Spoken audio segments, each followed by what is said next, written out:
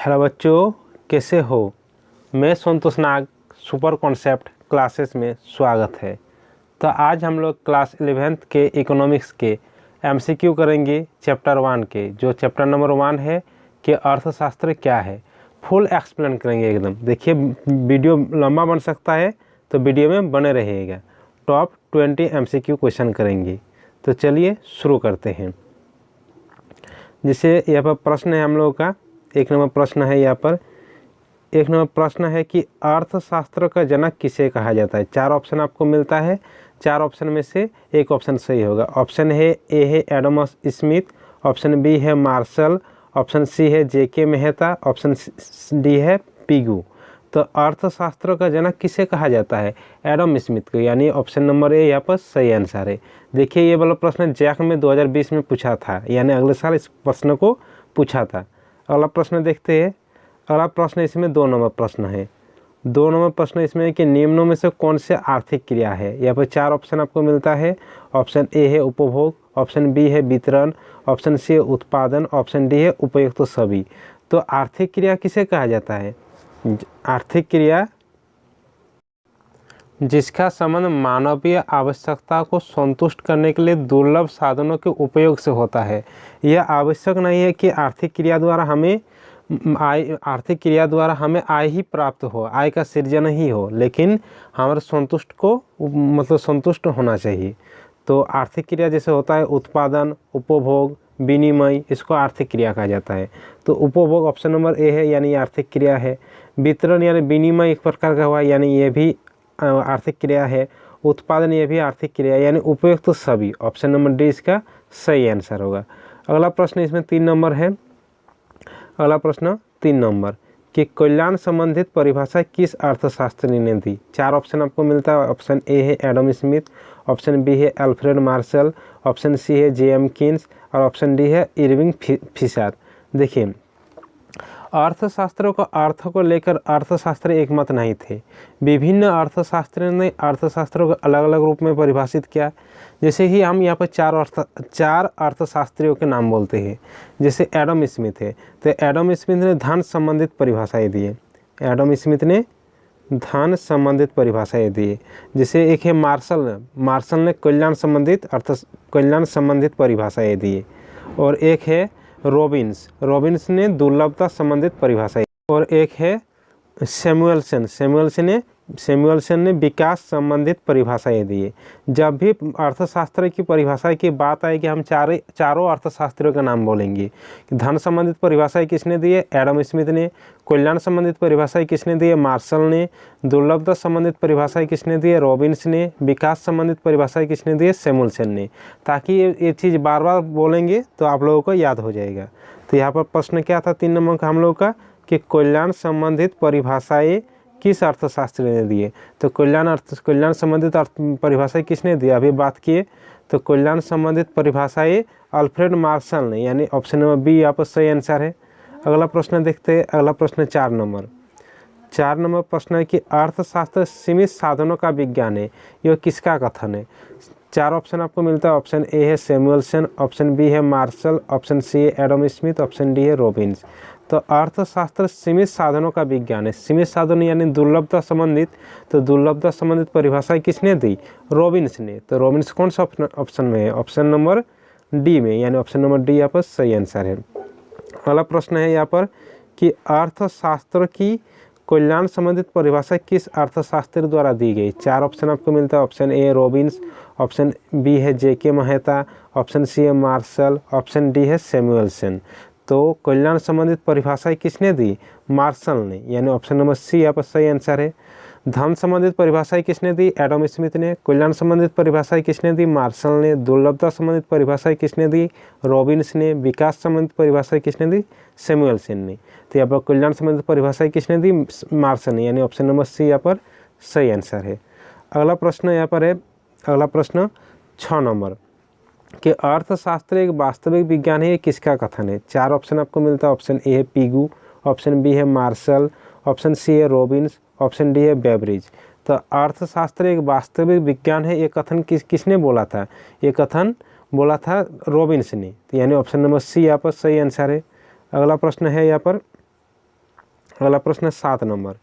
7 number प्रश्न है कि अर्थशास्त्र एक आदर्श विज्ञान, ये किसका कथन है? 4 ऑप्शन आपको मिलता है। Option A Robbins, option B है पिगू, ऑप्शन सी है विक्सटीड, ऑप्शन डी है स्टिगलर। तो अर्थशास्त्र एक आदर्श विज्ञान, ये कथन पिगू ने कहा था। पिगू यानी ऑप्शन नंबर बी यहाँ पर सही आंसर है। अगला प्रश्न देखते हैं। अगला प्रश्न 8 नंबर।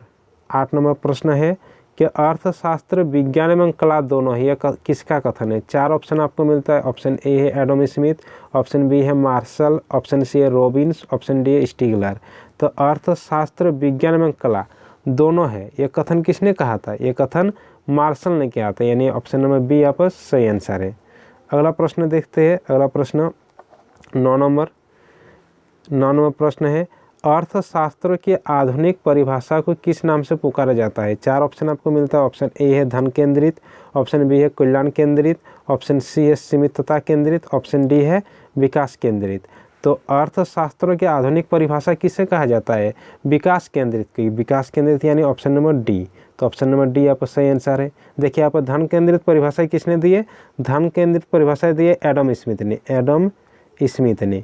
कल्याण संबंधित परिभाषा किसने दी है? कल्याण संबंधित मार्शल ने दी है। मार्शल ने। और सीमितता यानी दुर्लभता। दुर्लभता संबंधित परिभाषा किसने दी है? रॉबिन्स ने।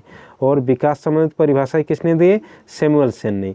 और आधुनिक परिभाषा विकास केंद्रित को ही कहा जाता है, यानी ऑप्शन नंबर डी ये वाला सही आंसर है। अगला प्रश्न यहाँ पर 10 नंबर है। 10 नंबर यहाँ पर प्रश्न है कि आर्थिक विकास के लक्ष्यों को प्राप्त करने के लिए मुख्य समस्या साधनों के विकास एवं वृद्धि की होती है, किसका कथन है? 4 ऑप्शन आपको मिलता है यहाँ पर। 4 ऑप्शन। ऑप्शन ए है रॉबिन्स, ऑप्शन बी है कीन्स, ऑप्शन सी है मार्शल, ऑप्शन डी है सैमुअलसन। तो यह कथन किसने कहा था? यह कथन कीन्स ने कहा था, यानी ऑप्शन नंबर बी यहाँ पर सही आंसर है। अगला प्रश्न देखते हैं। अगला प्रश्न 11 नंबर। 11 नंबर प्रश्न है कि एडम स्मिथ की वेल्थ ऑफ नेशंस कब प्रकाशित हुई? 4 ऑप्शन आपको मिलता है। ऑप्शन ए है 1776, ऑप्शन बी है 1942, ऑप्शन सी है 1863, ऑप्शन डी है 1772। तो एडम स्मिथ की wealth of nation, Adam Smith को अर्थशास्त्र की पिता कहा जाता है। तो वेल्थ ऑफ नेशन पुस्तक इसने लिखी थी, तो कब लिखी थी? 1776 ईस्वी में, यानी ऑप्शन नंबर ए इसका सही आंसर है। अगला प्रश्न इसमें 12 नंबर है। 12 नंबर प्रश्न है कि आर्थिक क्रिया को व्यष्टि एवं समष्टि में किसने बांटा? 4 ऑप्शन आपको मिलता है। ऑप्शन ए है रैगनार फ्रिश, ऑप्शन बी है स्टिगलर, ऑप्शन सी स्किटोबास्की, ऑप्शन डी है सैमुअलसन। देखिए आर्थिक क्रिया, तो आर्थिक क्रिया को 2 भागों में बांटा गया, एक समष्टि और एक व्यष्टि। एक व्यष्टि अर्थशास्त्र। व्यष्टि अर्थशास्त्र ग्रीक भाषा के माइक्रोज यानी MAIKROS और समष्टि अर्थशास्त्र ग्रीक भाषा के ही मैक्रोज यानी MAKROS से मैक्रोज से लिया गया। माइक्रोज का व्यष्टि अर्थशास्त्र यानी माइक्रोज से लिया गया। माइक्रोज का अर्थ होता है छोटा, और समष्टि अर्थशास्त्र मैक्रोज से लिया गया। मैक्रोज का अर्थ होता है बड़ा। यानी व्यष्टि अर्थशास्त्र में हम छोटे छोटे आर्थिक क्रियाओं का अध्ययन किया जाता है। समष्टि अर्थशास्त्र में बड़ी बड़ी आर्थिक क्रियाओं का अध्ययन किया जाता है। जैसे समष्टि अर्थशास्त्र में राष्ट्रीय आय, राष्ट्रीय उत्पादन, राष्ट्रीय उपभोग, इस तरह की बातों का अध्ययन किया जाता है। तो यहाँ पर प्रश्न है कि आर्थिक क्रिया में व्यष्टि में समष्टि में किसने बांटा? 2 भागों में बांटा गया है, एक व्यष्टि अर्थशास्त्र, एक समष्टि अर्थशास्त्र। तो किसने बांटा है? रैगनार फ्रिश, यानी ऑप्शन नंबर ए इसका सही आंसर है। अगला प्रश्न है यहाँ पर 13 नंबर। 13 नंबर है कि अर्थशास्त्र का सार क्या है? 4 ऑप्शन आपको मिलता है। ऑप्शन ए है दुर्लभता, ऑप्शन बी है चयन, ऑप्शन सी है दोनों, ऑप्शन डी है इनमें से कोई नहीं। देखिए यहाँ पर पूछा गया है कि अर्थशास्त्र का सार क्या है? सार यानी सारांश। तो अर्थशास्त्र की उत्पत्ति कैसे हुई? जैसे हमारे दुनिया में साधनों की कमी है। साधन की कमी है यानी असीमित मात्रा में साधन है।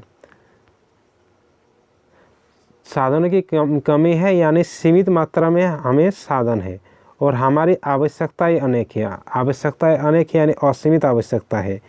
तो असीमित आवश्यकताएं है और सीमित साधन है। सीमित साधन है यानी दुर्लभता है, और असीमित आवश्यकताएं है। तो असीमित आवश्यकताएं में हमें चयन करना पड़ता है कि कौन से साधन लेंगे ताकि हमें अधिक से अधिक संतुष्टि प्राप्त हो। तो यानी हम दुर्लभता में हमें चयन करना पड़ता है, यानी अर्थशास्त्र के सार में एक दुर्लभता भी आएगी और चयन भी आएगी, यानी दोनों। तो ऑप्शन नंबर सी यहाँ पर सही आंसर होंगे। अगला प्रश्न इसमें 14 नंबर प्रश्न है कि राष्ट्रीय आय किस शाखा में सम्मिलित होते हैं। 4 ऑप्शन आपको मिलता है। ऑप्शन ए है व्यष्टि अर्थशास्त्र, ऑप्शन सी है समष्टि अर्थशास्त्र, ऑप्शन सी है दोनों, ऑप्शन डी है इनमें से कोई नहीं। तो राष्ट्रीय आय यानी राष्ट्रीय स्तर पर, तो राष्ट्रीय स्तर पर यानी बड़े क्षेत्रों में, तो बड़े क्षेत्र में किस में अध्ययन किया जाता है, समष्टि अर्थशास्त्र, मैक्रो इकोनॉमिक्स, यानी ऑप्शन नंबर बी यहाँ पर सही आंसर है।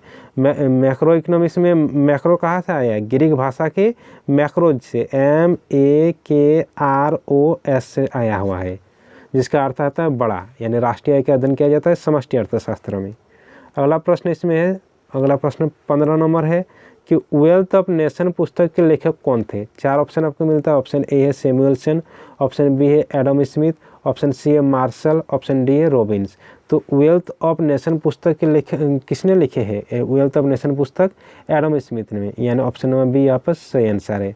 अगला प्रश्न यहाँ पर 16 नंबर प्रश्न है कि अर्थशास्त्र धन का विज्ञान है, किसका कथन है। 4 ऑप्शन आपको मिलता है। ऑप्शन ए है मार्शल, ऑप्शन बी है एडम स्मिथ, ऑप्शन सी है रॉबिन्स, ऑप्शन डी है सैमुअलसन। तो अर्थशास्त्र धन का विज्ञान है। देखिए हम 4 प्रकार की परिभाषाएं अभी बताई, जैसे धन संबंधित परिभाषाएं किसने दी, एडम स्मिथ ने। कल्याण संबंधित परिभाषाएं किसने दी, मार्शल ने। दुर्लभता संबंधित परिभाषाएं किसने दी, रॉबिन्स ने। विकास संबंधित परिभाषाएं किसने दी, सैमुअलसन ने। तो यहाँ पर पूछा गया है कि अर्थशास्त्र धन का विज्ञान, ये कथन किसका है, तो धन संबंधित परिभाषाएं किसने दी, एडम स्मिथ। एडम स्मिथ यानी ऑप्शन नंबर बी यहाँ पर सही आंसर है। अगला प्रश्न देखते हैं। अगला प्रश्न 17 नंबर प्रश्न है यहाँ पर कि किस अर्थशास्त्री ने अर्थशास्त्र को धन का विज्ञान कहा है। सेम वही प्रश्न आ गया। ऑप्शन ए है एडम स्मिथ, ऑप्शन बी है रॉबिन्स, ऑप्शन सी है मार्शल, ऑप्शन डी है सैमुअलसन। तो कौन से अर्थशास्त्रियों ने अर्थशास्त्र को धन का विज्ञान कहा है, एडम स्मिथ, यानी ऑप्शन नंबर ए यहाँ पर सही आंसर है। अगला प्रश्न देखते हैं। अगला प्रश्न 18 नंबर प्रश्न है कि राष्ट्रों के धन के स्वभाव तथा कारणों की खोज नामक पुस्तक के लेखक थे, यानी इंग्लिश में the author of the book name an inquiry into the nature and causes of wealth of nations was. 4 option आपको मिलता है। Option A Adam Smith, option B है रॉबिन्स, ऑप्शन सी है मार्शल, ऑप्शन डी है Pigou. तो राष्ट्रों के धन के स्वभाव तथा कारणों की खोज, इंग्लिश में बोलेंगे तो an inquiry into the nature and causes, ये पुस्तक किसने लिखी है, एडम स्मिथ ने। एडम स्मिथ यानी ऑप्शन नंबर ए यहाँ पर सही आंसर है।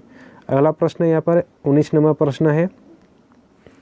19 नंबर प्रश्न है कि दुर्लभता का दृष्टिकोण प्रस्तुत करने वाले अर्थशास्त्र थे। 4 ऑप्शन आपको मिलता है। ऑप्शन ए है एडम स्मिथ, ऑप्शन बी है मार्शल, ऑप्शन सी है पीयू, ऑप्शन डी है रॉबिन्स। तो 4 तरह की परिभाषा हम बताए अभी। धन संबंधित परिभाषाएं किसने दी है, एडम स्मिथ ने। कल्याण संबंधित परिभाषाएं किसने दी है, मार्शल ने। दुर्लभता संबंधित परिभाषाएं किसने दी, रॉबिन्स ने। विकास संबंधित परिभाषाएं किसने दी, सैमुअलसन ने। तो यहाँ प्रश्न क्या पूछा गया कि दुर्लभता संबंधित परिभाषाएं किसने दी, किस अर्थशास्त्री ने। तो दुर्लभता संबंधित किसने दिया, रॉबिन्स ने। रॉबिन्स यानी ऑप्शन नंबर डी यहाँ पर सही आंसर है। अगला प्रश्न यहाँ पर 20 नंबर प्रश्न है।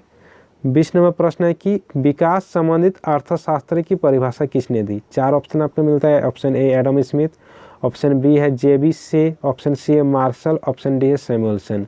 तो विकास संबंधित परिभाषाएं, तो 4 प्रकार की परिभाषाएं होती है। धन संबंधित परिभाषाएं एडम स्मिथ ने दिए, कल्याण संबंधित परिभाषाएं मार्शल ने दिए, दुर्लभता संबंधित परिभाषाएं रॉबिन्स ने दिए, विकास संबंधित परिभाषाएं सैमुअलसन ने दी। सैमुअलसन विकास संबंधित परिभाषाओं को ही आधुनिक अर्थशास्त्र की परिभाषा कहा जाता है। तो यहाँ पर प्रश्न क्या है, विकास संबंधित अर्थशास्त्र की परिभाषा किसने दी, सैमुअलसन ने, यानी ऑप्शन नंबर डी यहाँ पर सही आंसर है।